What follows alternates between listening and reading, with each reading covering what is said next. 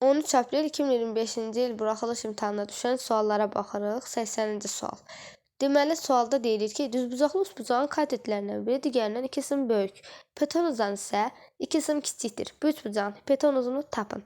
Deməli, bizdən hipotenuzu istədiyinə görə hipotenuza x yazarıq.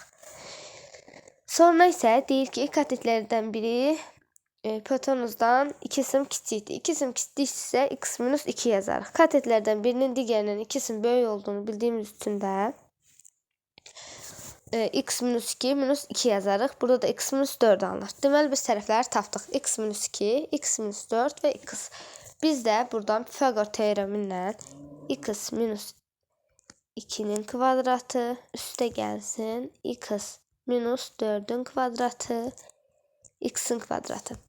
Biz buradan x-i tapırıq. Yəni, hipotenuzu tapırıq.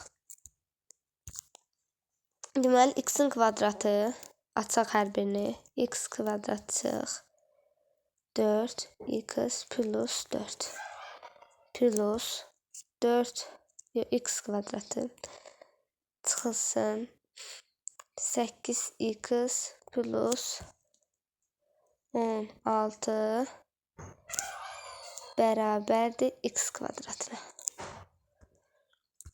İndi buradan gələk. Aha. X kvadratı buradan 2x kvadratı buradan yazalım. 2x kvadrat. Burada 8x, 4x hər ikisi mənfi olduğu üçün bunlar mənfi 12 x cəmlənir. Sonra 4, 16 plus 20. Buradakı x-i də bu üzadadırıq.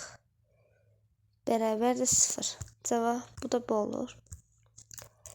X kvadratı çıxılsın 12 x plus 20 bərabərdir 0.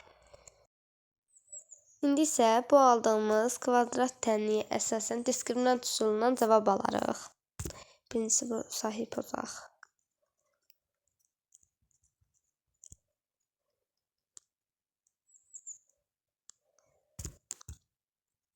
Diskriminant bərabərdir. 12-nin kvadratı 144. Çıxılsın 4ac. Yəni, mənfi 4 vurulsun, 20 vurulsun 1. O da 80. Cavab da deməli.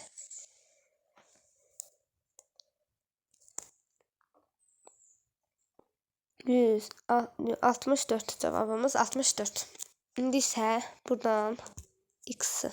Yəni, uzunluq heç vaxt mənfi almayacağına görə biz burada ancaq və ancaq müsbət qiymətləri baxırıq.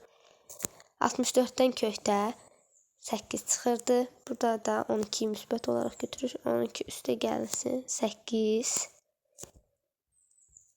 20 bölünsün də 2, 10. Cavab 10-dur. X-imiz 10-dur. Deməli, hipotenuzumuz 10-a bərabərmiş.